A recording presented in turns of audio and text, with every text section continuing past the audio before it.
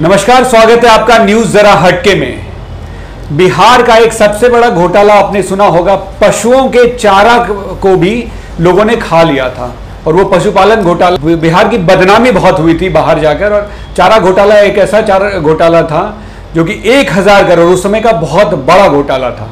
अब पशुओं के चारा को खाने के बाद अगला अब जो घोटाला बिहार में सामने आया है वो गरीबों का, मजलूमों के मुंह से अनाज छीनने का घोटाला है। जी हाँ, धान घोटाला हुआ है बिहार में, और वो भी आपके चारा घोटाला 1000 करोड़ के चारा घोटाले से कहीं ज्यादा 1500 करोड़ से ज्यादा का घोटाला बिहार में सामने आया, धान घोटाला। तो अभी इस मुद्दे पर, इन घोटालों के ऊपर बात करने के लिए हमारे साथ स्टूडियो में मौजूद हैं जन अधिकार पार्टी के प्रदेश अध्यक्ष राघवेंद्र सिंह जी। सर जी नमस्कार, स्वागत है आपका। बहुत बहुत धन्यवाद न्यूज़ जरा हटके के दर्शकों का। और बहुत अच्छी आपने बात कही है कि लोगों को पशुओं के चारे से पेट नहीं भरा, तब गरीब मजदूरों के निवालों को भी इन लोगों ने डकार लिया। बिल्कुल। तो और इस बात की चर्चा भले ही आज आई हो, लेकिन मैंने इसको 2010-12 से इस मामले को उठाया। 2010 से आपने 10-12 में मैंने उठाया, जब धान के खरीदने के घोटाला संबंधी बात सामने आई, जब सीएजी की रिपोर्ट आई थी।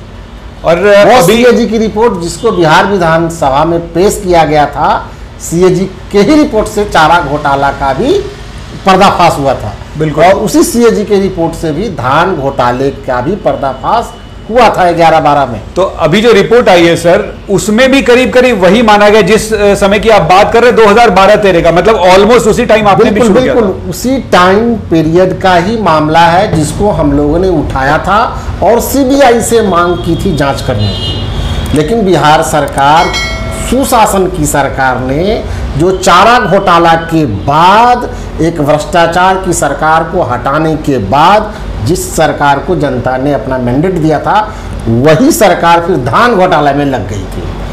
तो हम लोगों ने ये बात की थी और सीबीआई से उसकी जांच की मांग की थी, लेकिन बिहार सरकार ने उसको तवज्जो नहीं दिया, पूरे मामले को सीआईडी को दिया। सीआईडी ने भी जो तथ्य सामने रखे हैं वह भी चौंकाने वाले हैं। और उस समय के चारा घोटाला से 1.5 गुना से भी ज्यादा घोटाला है। 1573 करोड़ का तो मामला सामने में आया है, लेकिन इससे भी कई गुना ज्यादा मुजफ्फरपुर का है, मुजफ्फरपुर और आसपास के जगहों का है, लेकिन इससे भी बड़ा मामला सामने में आएगा। मैं 2-3 चीज सर बताता हूं। सीआईडी ने जो चीजें सामने रखी है और कोर्ट के सामने भी चीजें गई थी, 2-3 चीजें थी। नियम था कि मिल मालिकों को उतना ही धान देना जितनी संपत्ति उनके पास है। राइस मालिकों ने सीओ से संपत्ति का फर्जी ब्यौरा भी बनवा लिया था। ये सारे उसमें तथ्य जो सामने आए। अधिकारियों ने मिल के स्थल का सत्यापन किए बगैर धान का उनको आवंटन कर दिया गया मिल का। किसानों से कम दाम पर खरीदकर पैक्स अध्यक्षों ने इसको अपना बता दिया है। उसके बाद फिर वो आगे अपना बेच रहे थे।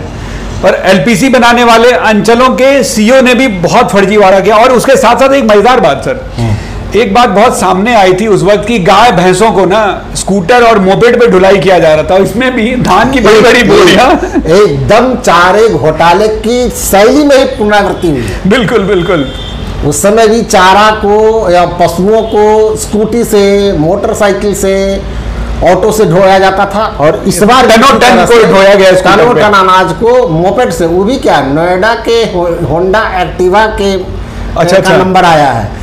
उसमें कोई गोरखपुर का नंबर आ रहा है ऑटो का, कोई मोटरसाइकिल आ रहा है लखनऊ का, तो कोई कलकत्ता का नंबर आ रहा है ट्रैक्टर का जो बिना ट्रॉली का है, तो बस का नंबर आ रहा है यूपी, झारखंड, बंगाल। और सर एक चीज मैं कहना चाहूंगा, जिस वक्त चारा घोटाला सामने आया था, जहां तक मेरी याददाश्त काम कर रही थी, आप विपक्ष में उस वक्त थे, छात्र समता के प्रदेश अध्यक्ष हुआ करते थे। उस वक्त आप के साथ था, मैं नीतीश कुमार जी के साथ था और छात्र समता का बिहार का अध्यक्ष था, और काफी हमने हंगामा किया था। आंदोलन जबरदस्त हुआ था आपका। मैंने लालू प्रसाद यादव जी को काला झंडा दिखलाया था, उसमें हमको बड़ी जबरदस्त मार लगी, जेल गया, सब कुछ हुआ।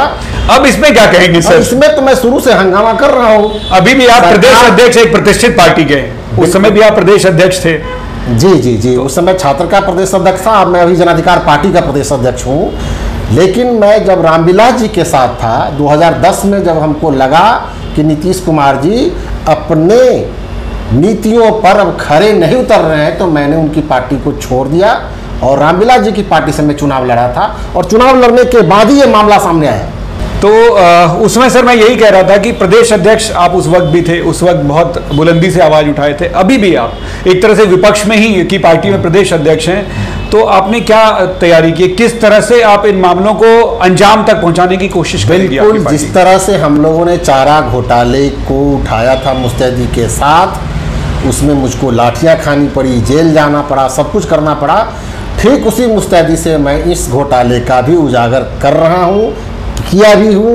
2012 से इस मामले को लेकर के मैं संघर्षरत हूँ। मैंने सीबीआई से मांग की तो सीआईडी को दिया गया। सीआईडी ने भी जो क्लू दिया है ये काफ़ी है, यह काफ़ी है, इस घोटाला को सत्यापित कर रहा है। सरकार कटघरे में है और उस समय जो लोग शामिल थे धान खरीद में, चावल देने में, इस सब में, वो लोग इस खरीद बिक्री से जो अकूत संपदा बनाए हैं वे लोग अभी एमएलए हो गए हैं, एमएलसी हो गए हैं, सरकार के विभिन्न मंत्रालयों में भी हैं। तो अब उन पे गाज गिरनी चाहिए। अगर ये सुशासन की सरकार है तो कहाँ सोई हुई है? अपनी कुंभकर्ण वाली निद्रा को तोड़े। और जो मामला सामने में आया है ये चौंकाने वाला है। ये जनता की गाढ़ी कमाई का पैसा है, पाई पाई का हिसाब इस सुशासन वाली सरकार को देना ही हो। सर एक सवाल यहाँ आता है, जनरली बोला जाता है कि सीबीआई को बोला जाता है केंद्र का तोता है पिंजड़े में बंद, तो क्या सीआईडी स्टेट का तोता नहीं है? आप कैसे आप सोच सकते हैं? बिल्कुल एकदम आप सही कह रहे हैं सुजीत बाबू कि ये सीआईडी जो है बिहार सरकार का ही तोता है। लेकिन तोता होने के बावजूद भी कुछ चीज़ें आई है सामने में जो काफ़ी है। जो चीज़ें सामने आई है, कुछ ही चीज़ सामने आई है जो काफ़ी है संज्ञान लेने के लिए सुप्रीम कोर्ट को और सीबीआई को, भारत सरकार को। लेकिन भारत सरकार भी तो इन्हीं लोगों के सपोर्ट से चल रही है। वही भारत सरकार में भी कई तरह के मामले सामने में आ रहे हैं। तो ये चोर चोर मौसेरे भाई हैं, बहुत उम्मीद हम लोग नहीं कर सकते हैं।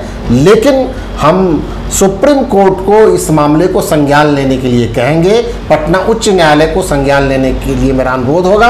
हम लोग इस मामले को लेकर के, जिस तरह से पशुपालन घोटाला के मामले को लेकर के कोर्ट गए थे, ठीक उसी तरह से हम लोग भी इस मामले को लेकर के पटना हाईकोर्ट जाएंगे और बिहार सरकार को कटघरे में खड़ा करेंगे। अच्छा सर, आपने अभी बताया कि उस समय जो लोग थे आज मंत्रालय में हैं, एमएलसी हैं, एमएलए हैं, विभिन्न पदों पे हैं, तो आपको क्या लगता है कि वहां तक ये जितनी जांच एजेंसियां पहुंचेगी या अफसरों के ऊपर ही गाज गिर के खत्म हो जाएगी?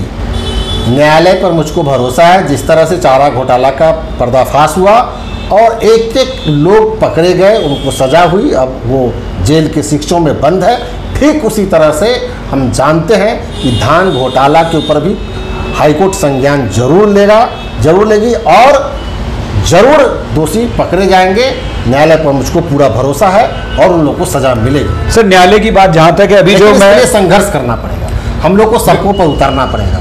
कोर्ट और सड़क दोनों पर समान रूप से हम लोग को संघर्ष करना पड़ेगा। जनता को जागरूक करना पड़ेगा, इस सरकार को जमींदोज करना पड़ेगा, इस सरकार पर लगाम लगानी पड़ेगी। सर जहाँ तक कोर्ट की बात कर रहे हैं, कोर्ट का अभी हस्तक्षेप जो आया वो सामने मैं एक बार पढ़ता हूँ तो मिला जुला के मुझे ये लग रहा है कि अभी तक किसी नेता का नाम उसमें नहीं आया। जैसे कि 1573 करोड़ रुपए के धान के प्रदेश भर में 2012-13 में हुई थी हेराफेरी, उनका जो है मैं वही पढ़ रहा हूँ अभी।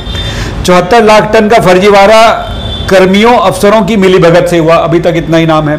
400 वाहनों के रजिस्ट्रेशन नंबर से ब्यौरा जुटा रही है टीम और 10 साल से मामले की जांच कर रहे 280 कर्मियों पर हुई है कार्रवाई। मतलब सारा जो अभी आ रहा है सर सिर्फ अफसरों तक ही सीमित है। वो है, लेकिन इनको आदेश किसने दिया? इन अफसरों को आदेश किसने दिया? और इस मामले में मैं ये कह रहा हूँ कि धान की खरीद और चावल की आपूर्ति नहीं करके कुछ लोगों ने जो अपराध किया था उसमें अकूत संपदा जिन लोगों ने बनाई वे आज विधान परिषद के माननीय सदस्य हैं। हाँ। वे लोग माननीय बिहार विधानसभा के सदस्य हैं, वे लोग कुछ डिपार्टमेंट के मंत्री भी हैं। इन लोगों से सवाल तो पूछा ही जाएगा। उन लोग के मिल के नाम पर, उन लोग के कंपनी के नाम पर, उन लोगों के फर्म के नाम पर यह आपूर्ति हुई है। तो व्यक्ति तो दोषी है उसमें, तो वो जाएगा, गाज गिरेगी उन लोगों पर। उम्मीद करते हैं सर गाज गिरेगी, लेकिन अभी तक जो चीज़ें आ रही, क्या आप ऐसा मानते हैं कि अगर सेंट्रल में भाजपा सरकार नहीं आती, मतलब विरोधी दल सरकार नहीं आती, तो लालू प्रसाद को इतनी सजा मिलती? क्योंकि सर मैं बार बार इसी बात को कह रहा हूं, ये सर्वमान्य है, सर्वसत्य है। यह बात जो आम तौर पर लोगों को जो आकलन होता है, बात बिल्कुल आप सही कह रहे हैं, लेकिन मैं बार बार यही कह रहा हूं कि न्यायालय पर मुझको भरोसा है और न्यायालय पर भरोसा रखना ही पड़ेगा। किसी एक चीज़ पर तो भरोसा आपको रखना ही पड़ेगा, और नहीं तो जनता की अदालत तो सबसे बड़ी अदालत है। जनता की अदालत में इस मामले को हम लोग लेकर के ही जाएंगे, अब ये बात छुपी नहीं रहेगी, और जनता की अदालत का भी जो फैसला होगा वो भी हम लोगों को मान्य होगा। अच्छा, एक अहम सवाल सर, आप आंदोलन की बात कर रहे हैं, सब कुछ कर रहे हैं, आजकल आप अगर आम पब्लिक के बीच में जाता हूं, उनसे बात करने जाता हूं, तो उनका कहना है कि जो विरोधी दल के नेता हैं वो सत्ता पक्ष को दोष नहीं देते। विरोधी दल के नेता वो कहते हैं कि वो अब ट्विटर पे आंदोलन करते हैं, वो सड़क पे नहीं उतरते हैं। और अभी आप आंदोलन की बात करें तो क्या आपका आंदोलन ट्विटर पे रहेगा या सड़क पे आएंगे? हमारा आंदोलन तो बिहार की जनता इस बात को जानती है कि भले ही हम सदन में नहीं हैं, हम न बिहार विधानसभा में है, न बिहार विधान परिषद में है, और न हम लोकसभा राज्यसभा में हैं, लेकिन सड़कों पर जितना हम लोग आंदोलन करते हैं, जनाधिकार पार्टी का कार्यकर्ता जितना आंदोलन करता है, शायद ही किसी राजनीतिक दल का कार्यकर्ता सड़क पर उतना आता होगा। लेकिन इस बार के बिहार विधान परिषद के चुनाव में हम लोगों ने जिस दल को समर्थन दिया, जिस निर्दलीय प्रत्याशी को समर्थन दिया, उसमें 2 व्यक्तियों की जीत हुई है। एक पूर्वी चंपारण से महेश्वर सिंह जी निर्दलीय प्रत्याशी के रूप में जीते हैं, और बेगूसराय से हम लोगों ने कांग्रेस पार्टी को समर्थन दिया, तो उनका भी विजय हुआ है। तो ऐसा लगा कि हम लोगों के संघर्ष का नतीजा अब सामने आने लगा है। तो निश्चित रूप से वक्त तो लगता है। जब हम नीतीश कुमार जी के साथ जब जंगल राज और चारा घोटाला की संघर्ष की बात कर रहे थे, तो उसमें भी 10 वर्ष लगा। 94 में जो पार्टी बनी, उसको सरकार में आने में 2005 हो गया, और हम लोग को भी संघर्ष तो लंबा चलता ही है। अब उसका नतीजा आने लगा है। आने वाले दिनों में लोगों तक मेरी आवाज़ जा रही है, लोग उस पर गंभीरतापूर्वक सुन रहे हैं, और अब वो अपना मतदान देने के समय में निश्चित रूप से सोचेंगे कि कौन मेरे लिए 5 साल संघर्ष कर रहा है, किसके पक्ष में हमको अभी खड़ा होना चाहिए।